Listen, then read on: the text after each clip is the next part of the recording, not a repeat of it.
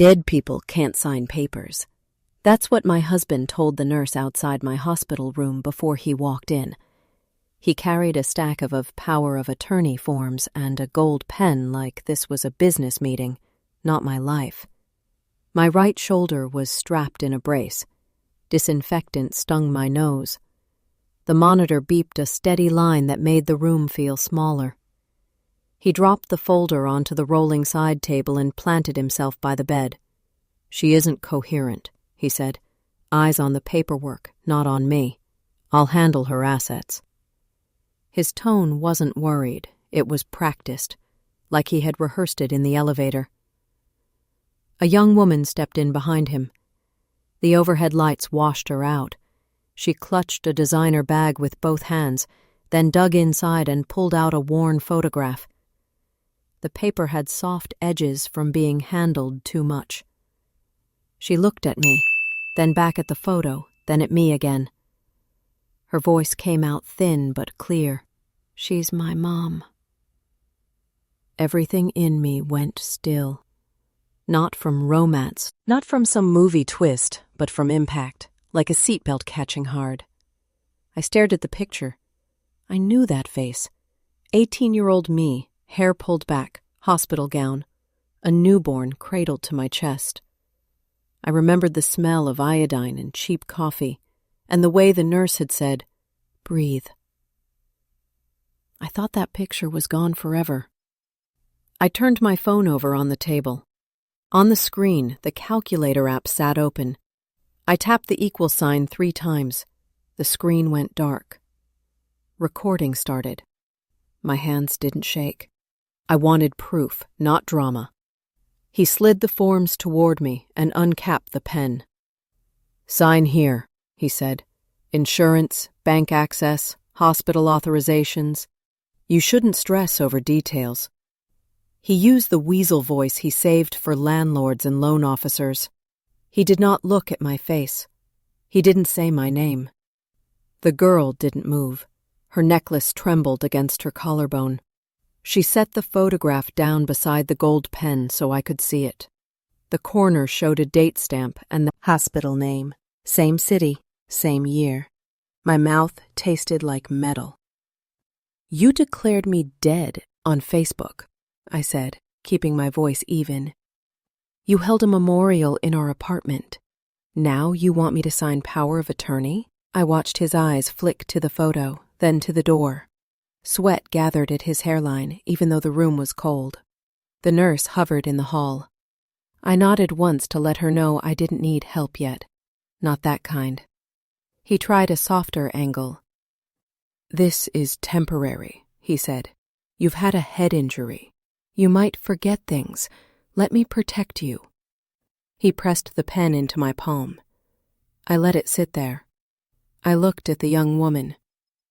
"What's your name?" He cut in. "She's my wife." The girl didn't agree. She just looked at me the way people stare at a photo they've seen 1,000 times and finally meet the real thing. "I have more pictures," she whispered. "From adoption records. From a box my parents kept. The room wasn't a recovery ward anymore. It was a scene with evidence. Forgery, ed papers, a gold prop pin, a man performing concern, and a witness who didn't know she was the center of it." I set the pen down and pushed the clipboard back until it tapped his belt. "I'm not signing anything," I said. He smiled without his eyes. "You don't have a choice." I met his smile with a steady stare. "I do." I glanced at the phone, then back at him. "And I'm awake." If you've ever watched someone try to erase you while you're breathing, stay with me. Hear all of it. Before the accident, before the forged papers, my life looked ordinary from the outside. To anyone scrolling past our pictures, it was a marriage, a small apartment, bills, and tired smiles. What they didn't see was how much of me had gone missing over those years.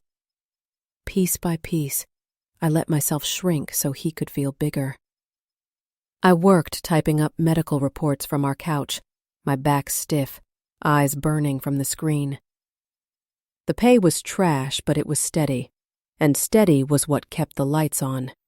He hated the job, said it was beneath me, but he also hated when I looked for better ones, because that meant I might have options he couldn't control. So I stayed. I told myself I was being practical.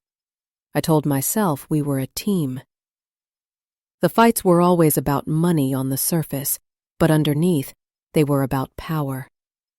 He slammed doors, not fists. He cut me with sentences, not knives. You don't understand ambition. You're too small town to know how real success works. The words landed. I stuck. I swallowed them because I thought marriage meant swallowing. I remember digging coins from the kitchen drawer just to buy milk. My hands smelled of metal, and my face burned when the cashier counted them slowly. That same morning he stormed out. The wedding photo crashed to the floor. I picked up the broken glass myself, cut my palm, and told no one. That's how far I'd gone, hurting alone and still covering for him. Friends drifted. I made excuses when they invited me out. We're saving. He's working late. The truth was, I was embarrassed. Embarrassed of the apartment with the peeling paint, embarrassed of the man I'd chosen who looked smaller every year but demanded to be treated like he was the center. Embarrassed that I couldn't explain why I stayed. There were small signals I ignored. He started buying expensive cologne when we couldn't pay the electric bill. He borrowed from the joint account without asking. He mocked the clothes I wore, then rolled his eyes when I suggested we couldn't afford new ones. Every gesture told me exactly what I was worth to him. Less than his pride. My parents asked questions once. I brushed them off. We're fine. I didn't want to admit failure. Didn't want to be the daughter who couldn't keep her life together.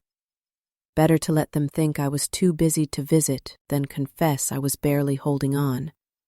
Shame kept me quiet. Silence became my language. At night I lay awake next to him, listening to his breathing. I wondered if he knew how far I had bent, how I had started editing myself down until I hardly recognized my reflection. He never asked. He never wanted to know. He liked the version of me that nodded, typed, paid bills, and didn't complain. That version kept him comfortable. Sometimes I tried to break pattern. I signed up for an online class once, a certificate program in medical coding. Nothing fancy, just a step up from where I was. The first night he looked at the course page and laughed. That's not real education. That's filler for people who can't get into grad school. I closed the laptop and never logged back in. My ambition ended in a browser tab he mocked shut. The blind spot was thinking survival was the same as living. I thought as long as we weren't evicted, as long as I kept the fridge half full, we were fine. But every compromise carved out pieces of me. By the time Catherine left me the inheritance, I was so used to being small I didn't even believe the number in front of me. 13 million. My first thought was not about freedom. It was how he would react, how I could use it to fix him, to fix us. That was my role, the fixer, the cover, the woman who stayed quiet so he could keep pretending. I wore it like a uniform without noticing. Only later did I see how heavy it was, how much it cost me. But back then, before the crash, I carried it every day, and no one outside our walls would have guessed. There were other routines I swallowed without protest. He kept the thermostat low to save money, so winters meant wearing 2 sweaters inside. When I suggested we visit friends for dinner just to feel normal, he reminded me we couldn't show up empty-handed, and we couldn't afford wine or dessert. So I stopped asking. Birthdays passed with takeout pizza or sometimes nothing at all. When I hinted at wanting something simple, like flowers, he would say, Why waste money on things that die?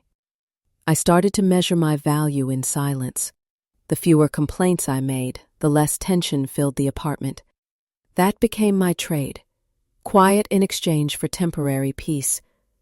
But peace didn't last. It never did. The arguments always circled back, louder the next time, as if my quiet gave him license to push further. Once, a neighbor knocked to borrow sugar and glanced at the bruise on my arm from carrying boxes alone up 3 flights of stairs. I laughed it off, said I was clumsy. She believed me. Or maybe she didn't, but she didn't ask again. That's how isolation works, not just what you hide, but what others decide not to see. The day that broke the routine didn't look important. It was a Tuesday morning. My head still throbbed from the accident weeks earlier, but I forced myself up to pay bills online. I opened the laptop, logged in, and saw a transfer I didn't recognize. $50 here, $75 there, each to an account I had never seen. The history showed it had been happening for months. My stomach tightened like I'd swallowed ice. I printed the statement. My hands left damp marks on the paper. He had been moving money behind my back while lecturing me about every dollar I spent on groceries. I folded the paper, slid it into my planner, and waited for him to come home. I wanted to ask straight out, but when the door opened that evening, he came in carrying takeout. He set it down, smiling too easily. Thought I'd treat us tonight. I watched him unwrap the cartons like nothing was wrong. I couldn't bring myself to ask. My throat locked. Instead, I nodded and set the table. But inside, something snapped. The man who told me we were broke, who mocked me for wasting money on coffee, had been draining our account into some shadow pile. The blind spot was cracking. Later that night, while he showered, I checked his browser history. Accident statistics, Route 47. How long to declare someone dead? The words hit harder than the truck had. I scrolled fast, palms sweating, page after page, searches about wills, power of attorney, forged documents. I slammed the laptop shut before he came out. My pulse thundered in my ears. I sat frozen, staring at the closed lid, unable to move. He came into the room with damp hair, smelling of that new cologne. He asked why I looked pale. I said nothing. He shrugged, slid into bed, and fell asleep in minutes. I lay awake, eyes wide, my chest heavy under the blanket. I could hear the neighbor's TV through the wall, laugh tracks from some sitcom. My life was no comedy. The next morning, I called Patricia, my college roommate. I hadn't spoken to her in months. My voice shook as I asked if she'd heard from him online. She paused, then said carefully, "Steph, you need to look at his Facebook." I opened the app. My own picture stared back at me. He had posted a memorial. My date of death. A paragraph about losing his beloved wife. Hundreds of comments offering sympathy. I felt bile rise in my throat. My own husband had buried me online while I lay recovering. He hadn't even waited a week. I pressed my fist to my mouth, breathing hard through my nose to keep from gagging. Patricia told me he had already changed the locks on our apartment. He had moved another woman in. Savannah. Young, dark hair, working at an investment firm. Patricia sent me a screenshot of them at a restaurant, his arm around her shoulders. The caption read, "Finding light in darkness." I dropped the phone. It clattered on the floor. For a long moment, I just stared at the screen face down. My hands trembled as I picked it up again.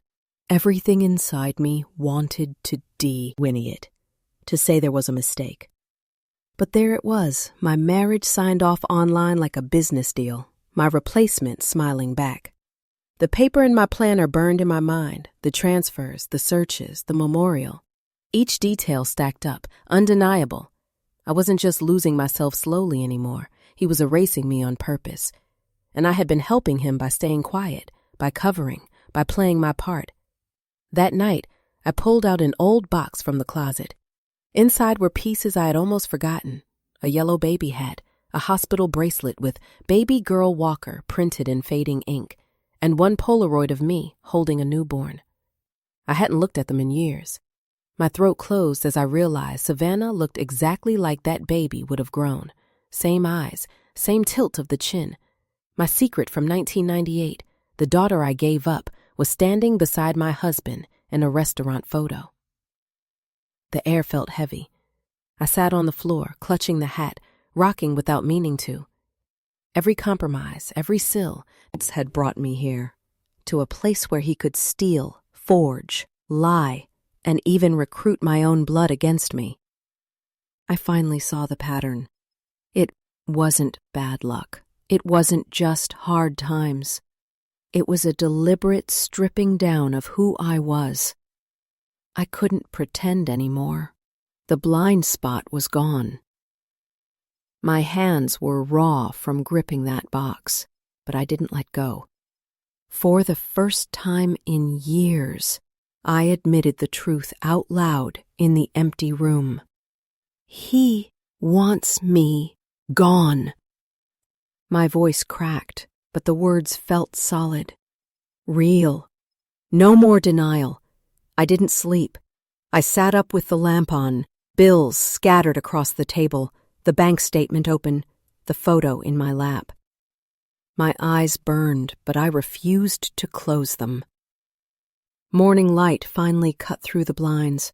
I stood, stiff, bones aching, but awake in a new way. The denial was finished. And once you see clearly, you can't go back. After I admitted the truth to myself, I started noticing every repetition of his cruelty more sharply. What I once brushed off as stress or just another fight now looked like calculated habits.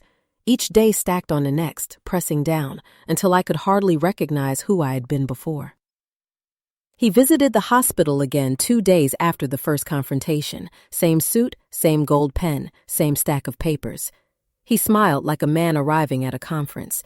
He didn't ask how my body felt after surgery, didn't ask if I could breathe without pain. He just tapped the folder against the bed rail. "You want to get this sorted?" he said. I turned my face away. He sighed, like I was a child refusing vegetables. "Steph, you're making this harder than it needs to be." The nurse stepped in, and he quickly shifted, voice warm, pretending concern. I saw the mask slide on and off like a light switch. Once you see it, you can't unsee it. Calls from Patricia confirmed more details. He had started selling my belongings online. My grandmother's chair, the sewing machine, even boxes of books I had kept from college. He listed them under his name, cash only. Each sale felt like erasing part of me while I was still alive. Patricia offered to store what she could, but most of it was already gone by the time she found out. My things were scattered across strangers' houses, bought cheap, no story attached. Savannah appeared again.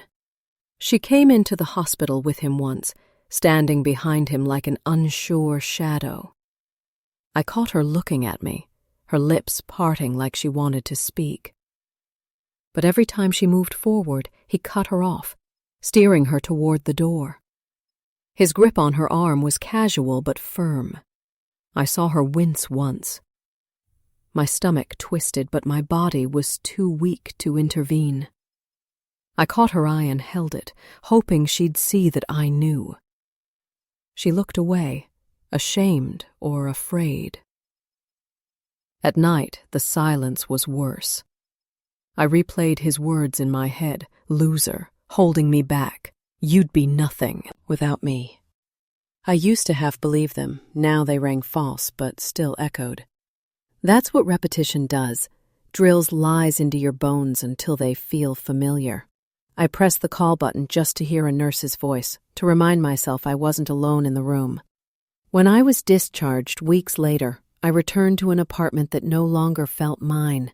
He had changed the locks once, but Patricia convinced the building manager to let me back in. Inside, the space was stripped. No framed pictures, no blankets I had crocheted. The walls looked bare. The refrigerator was nearly empty except for beer and takeout cartons. Savannah's perfume lingered faintly in the hallway. It smelled expensive, nothing like the life I had lived there. I stood frozen by the door, crutch under one arm, and realized he had moved on without me, while I was still breathing. He showed up that evening, furious that I had a key. He demanded it back, waving the lease like a weapon. "This is my place now." "You're just square, wadding." I laughed once, sharp, and told him my name was still on the paperwork. He sneered, called me delusional, and stormed out. 10 minutes later, my phone buzzed with an email. He had filed for legal separation, claiming abandonment. The timing was perfect for him. I had been unconscious for days, unreachable. He turned my coma into proof I'd left him. That was the level he operated on. Patricia insisted I stay with her after that, in her guest room, surrounded by mismatched furniture and stacks of her law school textbooks. I finally felt safe enough to exhale. But even there, he intruded. Dozens of texts, then voicemails, swinging from sweet apologies to threats. "We can fix this," one minute. "You'll regret crossing me," the next. I stopped listening. I saved them all. The escalation wasn't just emotional anymore.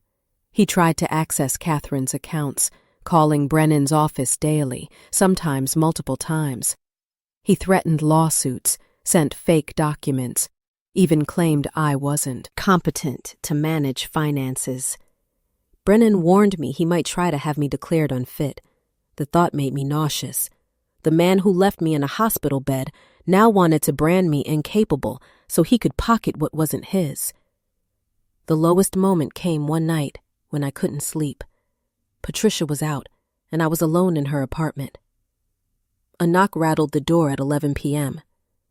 My chest seized. I didn't move. The knock came again, harder. Then his voice. "Steph, open up." Don't make this worse. I backed into the bedroom, phone clutched tight, whispering to the dispatcher when I finally called 911. By the time police arrived, he was gone. But the shaking in my hands didn't stop for hours. The officers told me to file a restraining order. I nodded, but inside I was still frozen, replaying the sound of his fist on the door. Every step he took pushed me further from the woman I used to be. I had thought the accident was the bottom, but he kept digging, dragging me lower. Each lie, each threat, each heft carved away the last pieces of doubt. I could no longer convince myself he just needed time, or stress had changed him. This was who he was. And if I didn't fight back, I wouldn't have anything left. Not my money, not my name, not even the truth of my life. That realization wasn't dramatic. It was quiet. It was the way my body stiffened when the phone buzzed, the way my heart jumped at every sound in the hallway. I wasn't just scared of losing him. I was scared of disappearing entirely. And that fear finally burned hotter than the shame that had kept me silent. The night of the restraining order hearing, I sat in the hallway outside the courtroom with my arm in a sling and my ribs still aching every time I breathed. He showed up in a tailored suit, hair slicked back, looking like the wronged husband. He leaned toward his lawyer and laughed while I sat alone with my folder of evidence. For years I had played the quiet role, but that morning, something inside me had locked into place. This was the line I couldn't walk back over. When the judge called us in, his lawyer painted me as unstable. Severe head trauma, memory issues, financial irresponsibility. Each phrase landed like a slap. I kept my hands folded, nails digging into my palms to keep steady. When it was my turn, I opened the folder and slid the hospital statement across the table. the record of 3 days unconscious, the voicemail transcriptions where he called me a loser, the bank statements showing transfers to offshore accounts. My hands shook, but my voice didn't. The order there was granted. He was barred from contacting me. Walking out of the courthouse, I should have felt relief. Instead, I felt hollow. Because I knew a piece of paper couldn't stop his obsession. He had already rewritten my life online, emptied my home, tried to erase me. A restraining order was only a thin lock on a door he had already broken through. That night I couldn't stop replaying the hearing. How easily lies rolled off his tongue, how the lawyer looked so confident repeating them. My chest felt tight. I sat at Patricia's kitchen table, staring at the wood grain until the lines blurred. She touched my arm. "Steph, you're somewhere else right now." I nodded but couldn't answer. My body was present, but my mind was still in that courtroom, listening to him tell the world I was worthless. I remembered something I had once read in a therapy handout from years back. It said, abuse doesn't always leave bruises. Sometimes it's like secondhand smoke, slow, invisible, but it still poisons. Back then I had brushed it off. Tonight it made sense. I had been breathing his smoke for years, and now I was coughing it out. The breaking point came the next morning. I woke up to an email from Brennan, my attorney. He had attached screenshots of another attempt to forge my signature. This time, it was life insurance documents. He was trying to list himself as sole beneficiary. My stomach lurched so hard I ran to the bathroom. Knees on a tile, I gripped the toilet and retched until my throat burned. That was my body screaming what my mind already knew. I was not safe. Patricia found me on the floor and pulled me up gently. "Steph, you need more than survival. You need to fight." I sat on the edge of the tub, hair damp with sweat, and whispered, "I don't even know who I am anymore." The words scared me, because they were true. That afternoon, Brennan came by with a new strategy. He spread documents across the coffee table, timelines, bank logs, forged certificates. "We can move forward with criminal charges," he said. My pulse raced. Part of me wanted to hide under a blanket and pretend none of it was happening. Another part, the part that had stayed awake all night replaying every word in that courtroom, was ready. I heard Rodriguez's voice in my head, the nurse who had taught me to breathe through the pain. "Control your breathing, control your response." I practiced quietly as Brennan explained next steps. In for 4, hold, out for 4. My heart rate steadied. My palms dried. The room came back into focus. Later that week, I met with a counselor Patricia recommended. She asked simple questions. When did you stop recognizing yourself? When did his words start sounding louder than your own? I answered with silence. She waited. Finally, I said, when I started measuring myself by how little space I could take up. She nodded. That's called erasure. It's a pattern, and it works until it doesn't. Her tone was calm, not pitying. That mattered. Walking home, I thought about her words. Erasure. That was it. I had let him rub me out line by line until only an outline was left. Now I had to fill myself back in. No one else could do it. Not Patricia, not Brennan, not even my daughter, who still didn't know the whole truth about me. Only me. The expert term didn't give me power on its own, but naming it made it real. And real things can be fought. I taped the word to my mirror that night, erase, with a line drawn through it. Each morning I looked at it before facing the day. Small, maybe silly, but it reminded me that I was still here, not gone. The breaking point wasn't one big explosion. It was standing in court while he lied. It was vomiting over a forged document. It was naming what had been done to me and refusing to let it continue. From here on, I wasn't his ghost. I wasn't his casualty. I was the one writing the record. The week after the court hearing, I lived in Patricia's guest room like a tenant who paid rent in silence. I folded and unfolded the same set of clothes. I sat on the bed, scrolling through emails I couldn't answer. My body was healing, but my mind spun in circles. The restraining order was taped to the fridge, but fear didn't leave when the paper went up. It stayed in my chest. One afternoon, Patricia came home with groceries. She dropped a bouquet of cheap daisies on the counter with the milk and bread. "These were $2, she said. I stared at them longer than I should have. Their stems leaned, petals already soft, but they looked alive in a way I hadn't felt in months. I found scissors, trimmed the stems, and put them in a glass. That simple act, cutting, arranging, setting them on the table, felt like proof I could still create something instead of losing. Later that night, I made a small decision. I turned my phone face down and let his number ring through to voicemail. No mo. Re-listening to his swings between apology and rage. Just silence. My chest hurt, but the air felt cleaner. It was the first boundary I had drawn in years. Nobody clapped. Nobody noticed. But I noticed. I slept a little deeper that night. The next morning, I walked to the corner store for eggs. My limp slowed me down, but I didn't rush. The cashier nodded hello. I smiled back. The first real smile I'd given a stranger in months. It surprised me.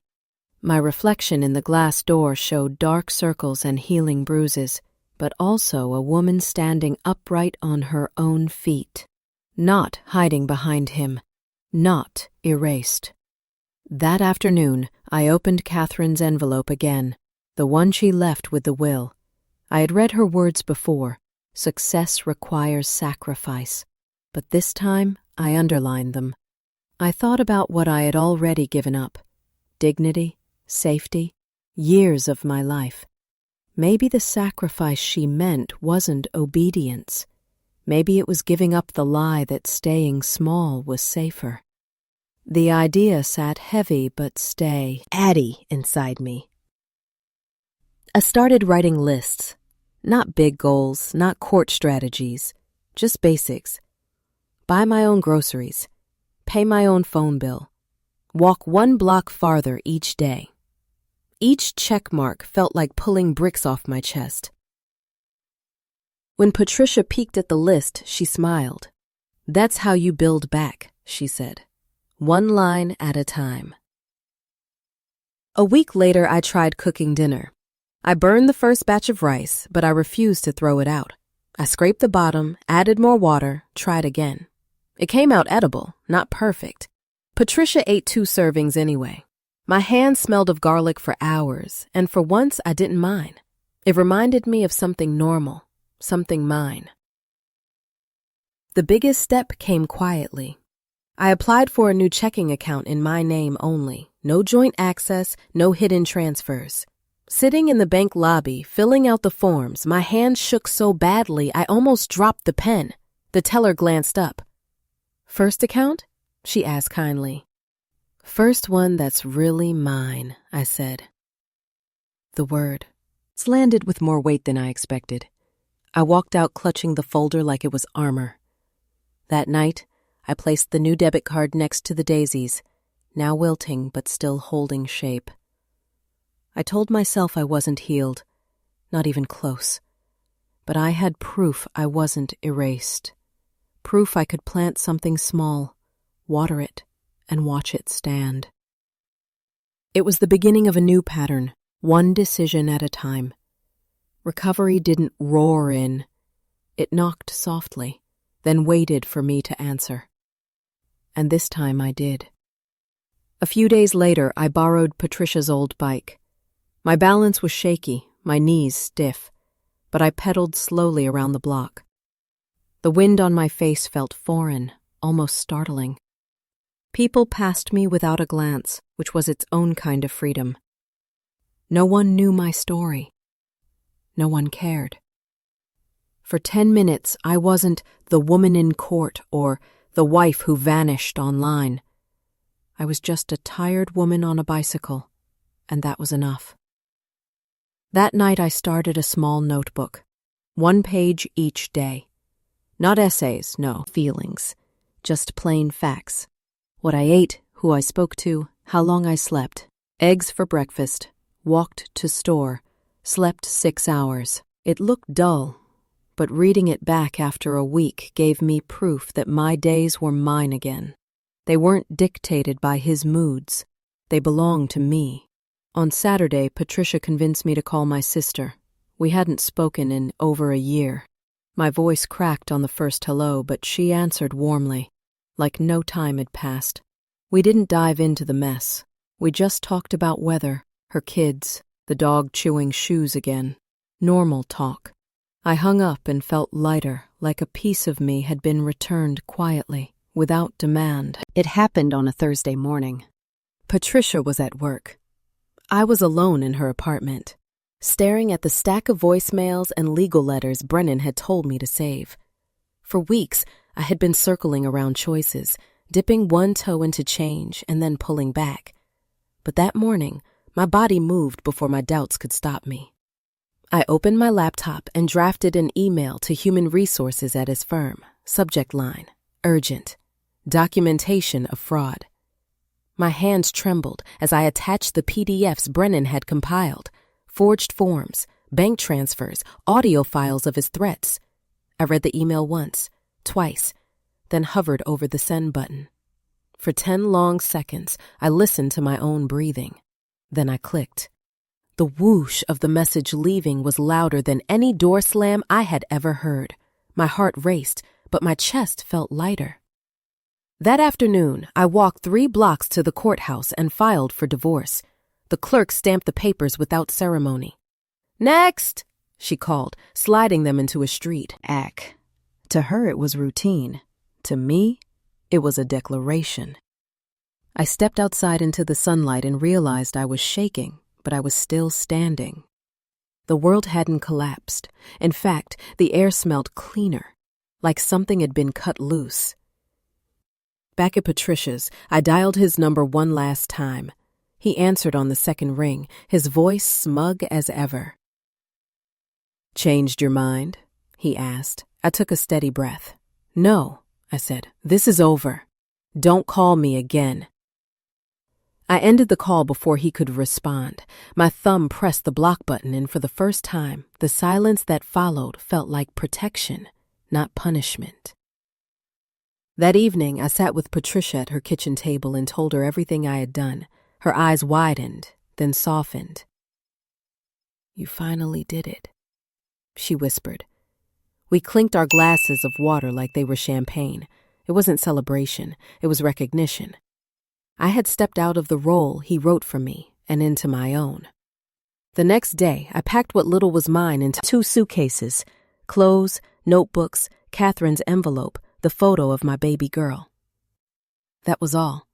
I left behind the rest, the broken dishes, the empty frames, the weight of his shadow. Patricia drove me to a storage unit, and we rolled the suitcases inside. Locking that door felt like sealing off a chapter I refused to reread. I kept moving. I changed my phone number. I set up a post office box. I told Brennan to communicate only through email. Each step was small, almost boring, but together they built a wall. Not the kind of wall he had used to isolate me. This one kept me safe. That weekend, I walked into a community center where they offered evening classes. I signed up for bookkeeping, not because it was glamorous, but because it was mine. When the instructor asked us to write our names on index cards, I wrote Stephanie Walker in bold letters. For a moment, I just stared at it, letting the ink dry. My name. Still mine. The decisive act wasn't dramatic. No shouting matches, no broken in glass. It was clicking send on an email. It was filing papers. It was telling him no and meaning it. Simple motions that carried the weight of survival. For years, I had been afraid that speaking up would bring everything crashing down. But when I finally did, I learned the crash had already happened. I was just stepping out of the rubble. In the weeks after filing for divorce, the air around me shifted. Not all at once, not magically, but slowly. like doors creaking open in places I hadn't noticed before. Freedom didn't arrive as joy, it arrived as space. And space was something I hadn't had in years. The legal process kept moving. Brennan emailed updates, hearings scheduled, assets frozen, evidence accepted. Each message gave me a jolt of fear and relief at the same time. Fear because his name was still tied to mine in court documents. Relief because the system was finally holding him accountable. Brennan reminded me, this is a marathon, not a sprint. I printed the email and taped it near my desk, a reminder that progress wasn't instant, but it was progress. I kept going to counseling. Some sessions I barely spoke. Other times the words poured out so fast I surprised myself. The counselor called it unloading the backpack. She said people in situations like mine carry invisible weight until their bodies give out. I nodded, thinking of the accident, the hospital, the way I used to collapse on the couch at night without knowing why. I hated the metaphor, but I couldn't deny the truth behind it. For years, I carried both of us, and it broke me down. Naming it didn't fix everything, but it gave me ground to stand on. At the same time, I began piecing together work. A friend of Patricia's needed help with bookkeeping for a small bakery. I took the job, part-time, nothing fancy. But the smell of bread in the mornings, the rhythm of balancing numbers at night, it gave my days structure. The owner, Mrs. Ruiz, always pressed a loaf into my hands when I left. For your dinner, she'd say. That bread fed more than my stomach. It reminded me I could contribute something real, not just endure. Savannah reached out once. A text, short and awkward. I didn't know everything. I'm sorry I stared at the words for a long time. My thumb hovered over the keyboard. I wanted to lash out, to ask how she could move into my life while I was still breathing. But I didn't.